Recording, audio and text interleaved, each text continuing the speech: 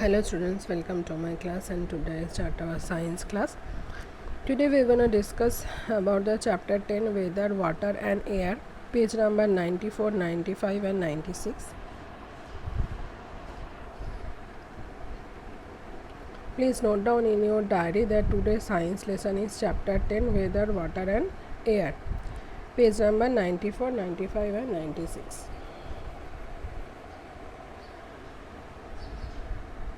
Okay students, so let's start.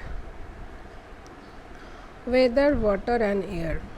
Okay, so first of all we need to know that what is it weather. Okay, the sun's role, effect on water, water cycle, effect on air, sea and land breeze. So इसके बारे में हम जानेंगे. So some days are sunny and hot, some days are cloudy and rainy, while some days are very breezy. तो कभी कभी लगता है मतलब सनी होता है, मतलब बहुत ही धूप होता है, बहुत ही गर्मी होता है. कुछ कुछ दिन क्या होता है, क्लाउडी रहता है ना. रेनी सीज़न आता है जब, तब क्या होता है, पूरा क्लाउडी क्लाउडी रहता है आसमान, स्काई पूरा क्लाउडी रहता है और बारिश भी होता है. और कुछ दिन कैसा होता है, ठंडी हवा चलती है. So words such as sunny, hot, cloudy, rainy and breezy are words that help us describe the weather. So ये जो सारे वर्ड है, sunny, hot, cloudy, rainy, so ये सारी वर्ड्स डिस्क्राइब करता है हमारे वेदर को, मतलब हम कैसा अनुभव कर रहे हैं weather. Okay, so what is weather, that is the very important. Okay, very important. Weather, what is weather. वेदर किसे कहते हैं. Weather is a state of the atmosphere at a particular time and place. So at a particular time मतलब एक समय और एक जगह का जो एटमोसफियर होता है, जो वातावरण होता है, उसको बोला जाता है weather. It is the temperature and other outside conditions such as breeze, rain and clouds at a particular time and place.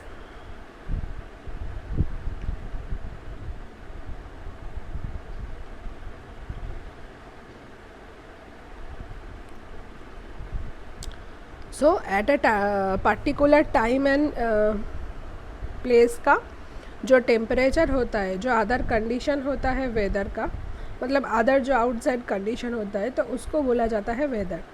The changes in the state of water and air cause the day to day changes in weather. So water और air का जो भी state change होता है दिन ब दिन,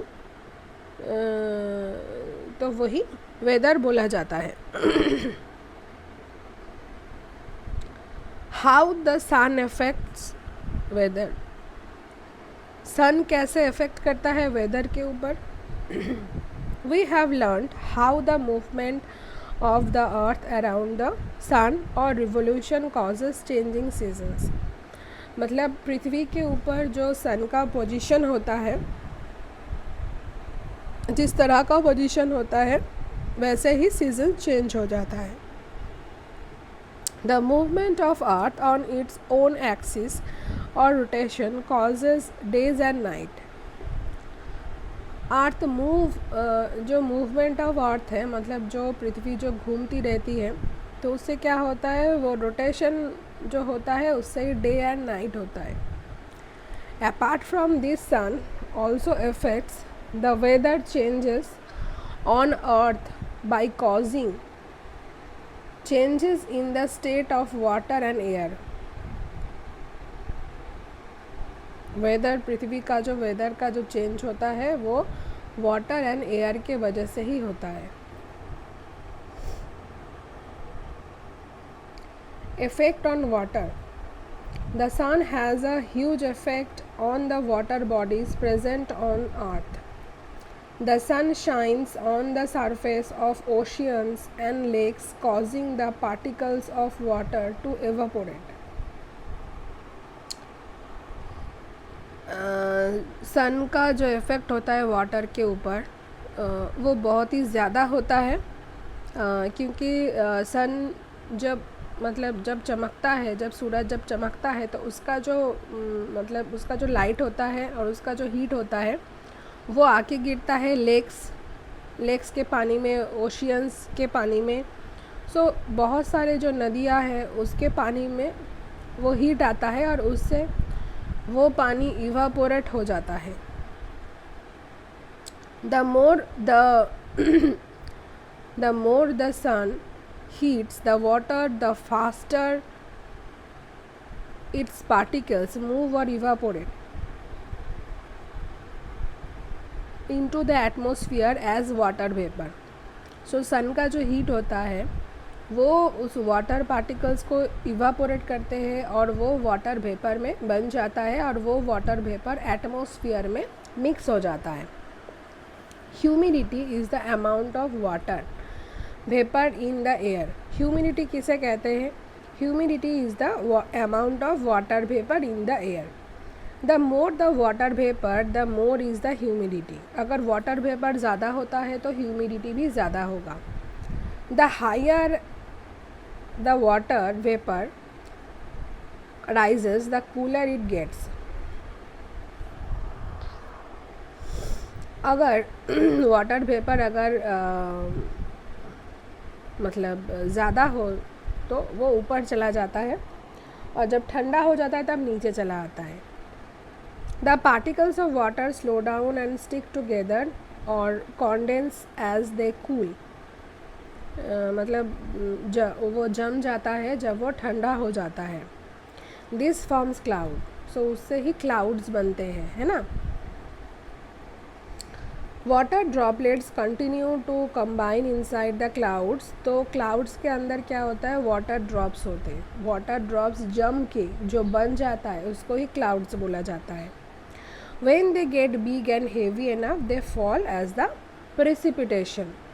तो जब वो बड़ा हो जाता है, जब वो बहुत भारी हो जाता है, तब वो क्या होता है उसका वो नीचे गिर जाता है।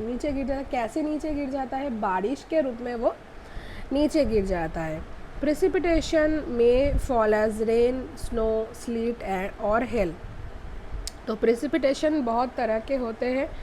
कुछ रेन मैं बोली कि बारिश के रूप में आता है, कुछ स्नो के रूप में आता है, कुछ स्लीट के रूप में आता है।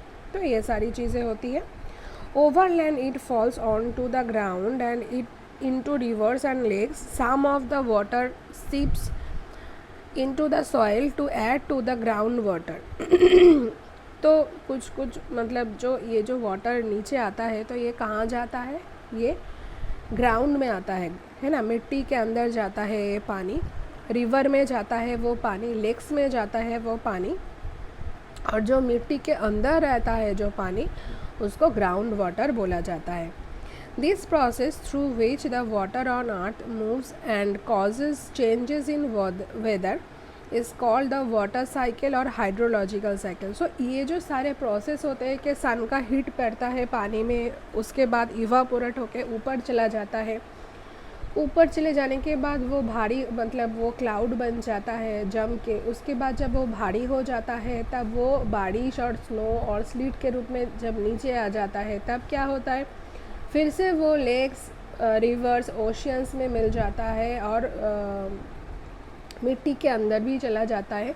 तो ये सारी चीज़ें जो होती है देखो एक साइकिल की तरह होती है, तो उसको बोला जाता है वाटर साइकिल और हाइड्रोलॉजिकल साइकिल। मैं ये साइकिल नेक्स्ट डे दे दूँगी आप लोगों को पिक्चर।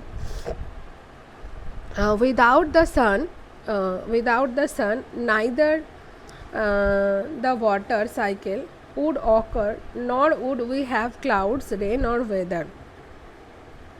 अगर सन नहीं होता, सन के बिना ये वाटर साइकिल पॉसिबल नहीं हो पाता और वेदर भी नहीं चेंज होता। यहाँ पे देखो पूरा वाटर साइकिल दिया हुआ है, यहाँ पे स्टेप बाय स्टेप दिया गया है, पर मैं एक साइकिल करके आप लोगों को दिखा दूँगी कि water cycle which we call the water cycle. So first of all the sun heats the ocean water, next the water evaporates। देखो यहाँ पे देखो बारिश हो रहा है, नहीं, पहले देखो यहाँ पे सन का हीट पड़ता है, उसके बाद जो स्टेप 2 होता है क्या होता है, इवापोरेट्स होके ऊपर चला जाता है, ठीक है। इवापोरेट्स होके ऊपर चला जाता है। The water vapour cools and condenses to become droplets which form clouds, देखो वो ड्रॉपलेट्स क्लाउड्स में बन जाते हैं। When enough water condense the drops become heavy fall on the ground rain and snow. देखो अगर हमारे जैसे मतलब प्लेसेस में, लैंड प्लेसेस में बारिश होता है, यहाँ पे तो स्नोफॉल नहीं होता। अगर हम हायर मतलब ऊंची जगह हिल स्टेशन पे कहीं जाए तो वहाँ पर होता है, वहाँ पर बहुत ठंडा होता है, तो इसीलिए वहाँ पे स्नोफॉल होते हैं। Some rain seeps into the soil to form groundwater, the rest flows through the rivers back into the ocean. So कुछ कुछ होता है कि ग्राउंड वाटर में चला जाता है, देखो है ना, और कुछ कुछ क्या होता है रिवर के पानी में, ओशियन के पानी में चला जाता है। सो ये गया वाटर साइकिल। तो which one we call water cycle, मैं आप लोगों को पिक्चर दे दूँगी। ओके, सो आज के लिए इतना ही students. So take care, goodbye and keep learning.